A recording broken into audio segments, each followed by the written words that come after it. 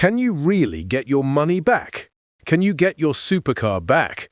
If GVE London collapsed with your Ferrari, Rolls or Lamborghini in their showroom, is there any hope you'll see it again, or is your dream now trapped in a legal nightmare? This is the question haunting dozens of owners right now. For months, GVE London presented itself as the gold standard: marble floors, private viewing lounges, staff who remembered every customer's name. But in a flash, that glossy facade crumbled. The company filed for administration, showroom doors locked overnight, phone calls went unanswered. The cars, millions of pounds worth, were no longer yours to pick up, drive or sell. Suddenly, owners were not clients, but unsecured creditors, clutching stacks of paperwork, waiting for answers from administrators they had never met. How did it come to this? And more urgently, what happens next if you are one of the unlucky owners left in limbo? The official line from administrators is always the same: we are working to identify and protect assets for the benefit of all creditors. But to owners who trusted their dreams to a luxury dealership, that sounds cold, bureaucratic, and hopelessly slow. The stories behind the headlines are human. There's the businessman who needed a fast sale to close on a new property, only to see both deals collapse as his funds evaporated. The collector who put his faith in the dealership's reputation and now spends sleepless nights refreshing his email for word about his missing car.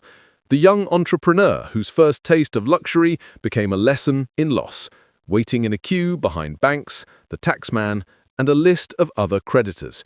This is not just about lost money or lost cars. It's about the agony of uncertainty, the breakdown of trust, and the shocking realization that the law is not built to protect individuals first. Can you get your money or your car back, and at what cost? That's the journey we're about to take. When GVE London fell into administration, everything changed overnight, not just for the business, but for every single owner who had a car or money tied up in a sale or return agreement. Many owners woke up to discover that their vehicles, once just a phone call away, were now listed as company assets. Their status shifted in an instant from privileged clients to mere names on a long list of creditors. The first blow is the loss of control. Before administration, a simple visit to the showroom, a phone call or a WhatsApp message could bring your car to the door or trigger a bank transfer. After administration, you face a wall of legal process. Administrators now run the show, and every move, every car, every penny must be documented, verified, and prioritized according to the law. The reality? Your car might still be in the showroom, it might have been sold, or it could be sitting in a warehouse halfway across Europe. But the one thing you can be sure of is this: you can't just walk in and drive it away. So, what does administration really mean for owners? Legally, the administrator's first responsibility is not to you as an individual, but to the collective body of creditors. That includes banks, tax authorities, suppliers, employees, and finally, the customers who trusted their supercars and cash to the company. The administrator freezes all assets, cars, funds, contracts, while they sort through mountains of paperwork, searching for clarity in a chaos of consignment deals, late invoices, and disputed ownership. For many owners, the first and most painful lesson is that legal title does not always equal physical possession. You may have the keys, the logbook, and the invoice, but if the paperwork is ambiguous, if the car is commingled with company assets, or if it's already been promised to another party, your claim can be challenged or delayed for months, sometimes even years. This legal shockwave ripples outwards, spawning confusion, fear, and endless questions. Is my car still mine? Can I get it back? How long will it take? What if it's already gone? The answers are never simple, and often they're not the ones desperate owners want to hear. For GVE London's customers, the most agonizing question is brutally simple. Is it still possible to get my car back? Or is it already gone for good? The answer depends on a messy web of details, timing, paperwork, and legal priorities. First, if your car was still physically present at a GVE warehouse or showroom when administrators took control, you may think retrieval is straightforward. In reality, it's anything but. You must provide ironclad proof of ownership: Original invoices, title documents, sale or return agreements, correspondence, and sometimes even testimony from the supplying dealer or manufacturer. If every document lines up and the administrator accepts your claim, you might be allowed to recover your car. But that's only if there are no competing claims from other creditors, no unresolved questions about payments, and the car hasn't already been moved. But what if the car was sold before administration? Things become much more complicated. If GVE London sold your car but didn't transfer the funds to you before collapsing, you are not just an aggrieved seller. You're an unsecured creditor. In legal terms, your car, or the value of it, has already left your control. The administrator now views your claim as a financial liability, to be settled only after the needs of banks, secured creditors, and statutory obligations are met. In some tragic cases, cars have already been exported or registered in other countries. Owners find themselves facing an international labyrinth, trying to reclaim a vehicle that may have changed hands, plates, or even continents. Then there are the cases where the car is tied up in litigation, part of a disputed asset pool, or subject to a legal freeze while the administrator investigates. Here, even the most diligent, well-prepared owner can be forced into a holding pattern for months or even years. Meanwhile, insurance and storage costs may continue to mount, adding insult to injury. In the end, the only universal rule is this: getting your car back is possible, but never guaranteed, and almost always costly in money, time, and peace of mind. If losing a car is agony, waiting for money that may never arrive can be just as painful. For many GVE London customers, funds from recent sales or anticipated payouts are trapped in the legal quicksand of administration. The question turns urgent. If you didn't get paid before the company collapsed, will you ever see your money? The hard reality is this: most customers with money owed by GVE London are classified as unsecured creditors. In the world of insolvency law, this is a cold and lonely place.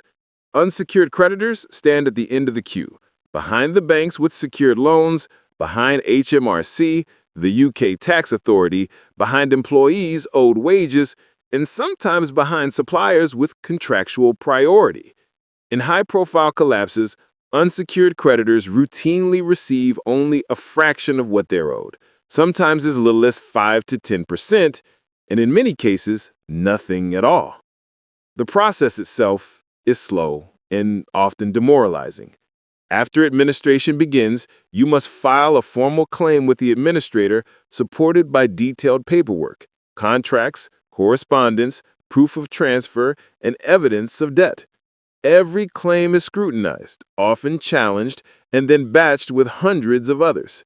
The administrator's job is to liquidate assets, resolve disputes, and allocate whatever is left according to strict legal priorities. This can take months, sometimes years. All the while, the market value of your loss can fluctuate. Maybe you're missing a $200,000 deposit, or maybe the proceeds from a sold McLaren that was meant to fund another business venture. The clock keeps ticking, but your place in line doesn't change. And unlike the secured creditors, you have no special leverage, no car on the lot, no property deed, just paperwork and hope. Some customers eventually receive a small payment, often a long time after they needed it. Others walk away with nothing but regret and frustration. In the aftermath, owners are left questioning not just the fairness of the process, but the very structure of an industry that allows individual buyers to bear so much risk, often with little warning or recourse. If the numbers don't shock you, the emotional reality will.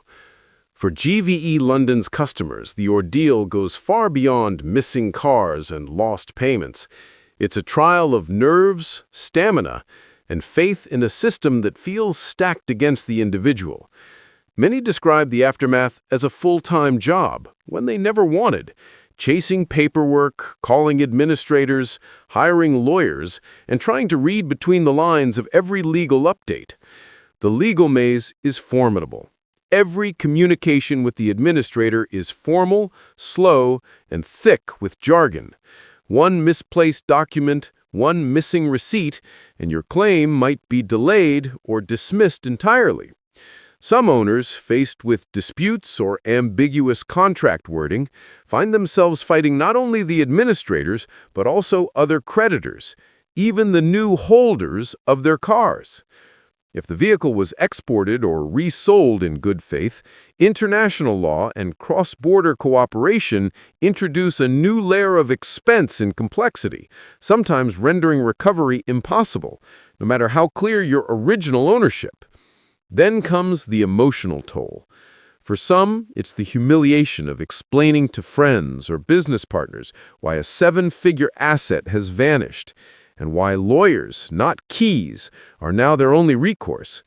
For others, it's the anxiety of watching their plans unravel, weddings postponed, investments missed, or reputations dented by headlines and rumors. The stress is magnified by uncertainty, weeks or months with no clear end in sight, as deadlines slip and updates from administrators are slow or unsatisfying. Social media and online forums offer little comfort. While some share tips or success stories, many threads are filled with anger, despair, and a sense of helplessness. Victims realize they are not alone, but that's small comfort when the system moves at its own pace and answers are rarely clear. For every owner who eventually gets a car or payout back, there are many more who walk away battered, bewildered, and determined never to trust the luxury market the same way again. In the end, the lesson is harsh but simple. Even the wealthiest customers are not immune to loss when the law is slow and the odds are stacked.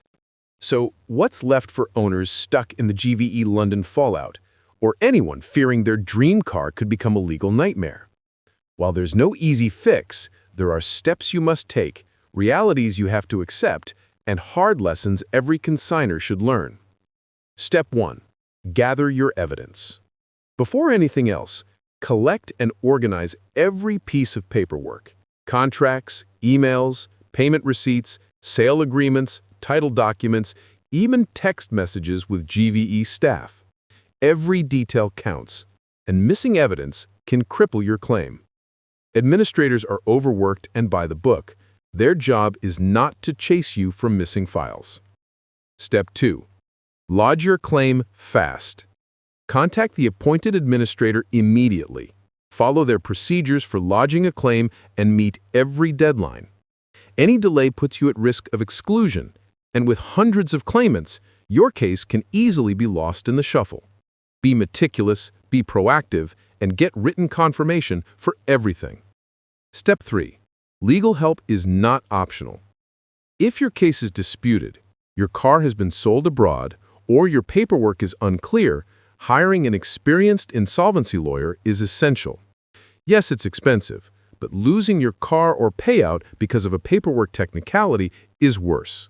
A good lawyer can help push your case, interpret the rules, and maximize your odds of recovery. Step 4. Brace for a long wait and partial recovery. Even if you do everything right, be prepared for months or even years of waiting. Accept that, as an unsecured creditor, you may only get a fraction of what you're owed, sometimes nothing at all. Don't rely on hopeful rumors or empty promises from forums or even administrators. Only bank-cleared funds and legal notices. Step 5. Change how you protect yourself in future. Learn from the pain. Never consign a high-value car without a bulletproof contract. Demand escrow accounts, clear terms on title and payment, and check the dealer's finances before you sign. Prestige is not protection. Only paperwork is. Final thought. This story is a warning to every luxury buyer. In a legal system built for businesses, even the best-heeled customers can find themselves at the back of the line. Your car and your cash are only as safe as the documents that protect them and the hard questions you ask before you hand over the keys.